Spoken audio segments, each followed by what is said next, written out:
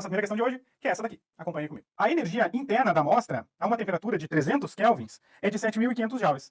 Quanta energia é preciso transferir para a amostra para que sua temperatura atinja 400 kelvins? 400 kelvins. Bom, então a gente precisa ver aqui uma diferença de energia de 300 kelvin para 400 kelvin. Tá? Em 300 kelvin nós temos 7.500 joules. Então a gente precisa lembrar aqui da relação, aqui na B, da relação de energia. Tá? E calcular justamente a diferença de energia ali, entre essas duas temperaturas para essa amostra de gás. Então a gente precisa calcular uma diferença de energia interna. Essa vai ser a quantidade de energia. Tá? Como é que a gente calcula a energia interna de um gás monoatômico? Então, a energia interna de um gás monoatômico. A gente calcula a partir desta relação aqui. 3/2 do número de mol, constante dos gases ideais, e temperatura. Então, se a gente for calcular uma diferença de energia, a gente vai aplicar aqui uma diferença de temperatura. Tá? Uma diferença de temperatura. Certo? Beleza. Então, vamos lá. É isso que a gente precisa fazer aqui. Então, uma variação de energia interna vai ser igual a 3/2 do número de mol, que se manteve o mesmo, constante dos gases ideais, que é o R, que é um valor constante, vezes a variação de temperatura. Variação de energia interna é energia final menos energia inicial.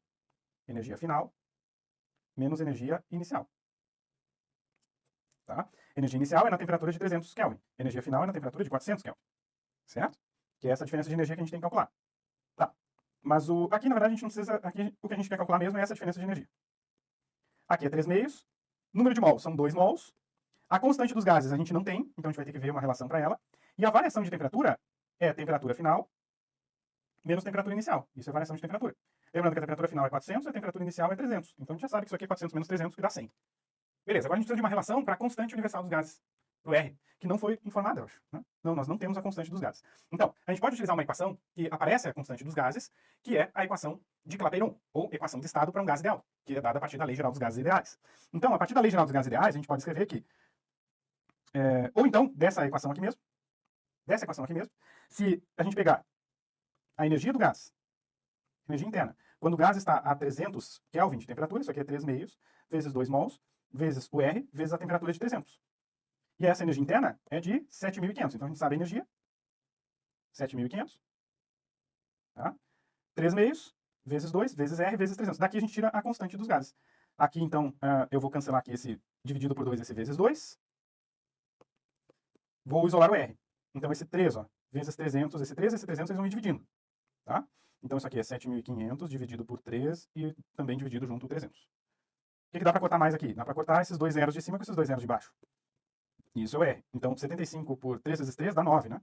Então isso aqui é 75 nonos é a constante R. Beleza. E é isso que vem para cá então. 75 nonos.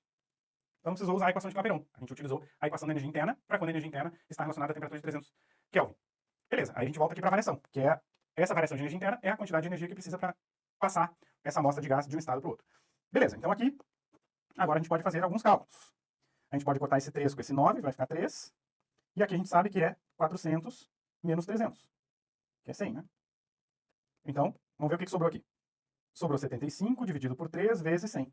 Foi isso que sobrou. 75 dividido por 3 vezes 100. Quanto é que vai dar essa variação de energia interna? Vamos calcular aqui. Isso aqui vai dar 7.500 dividido por 3. 7.500 dividido por 3, a gente pode fazer no cantinho. 7.500 dividido por 3 dá 2. 2 vezes 3, 6. Baixou 1, baixo 5 agora. E aí dá 5. Então isso aqui é 25.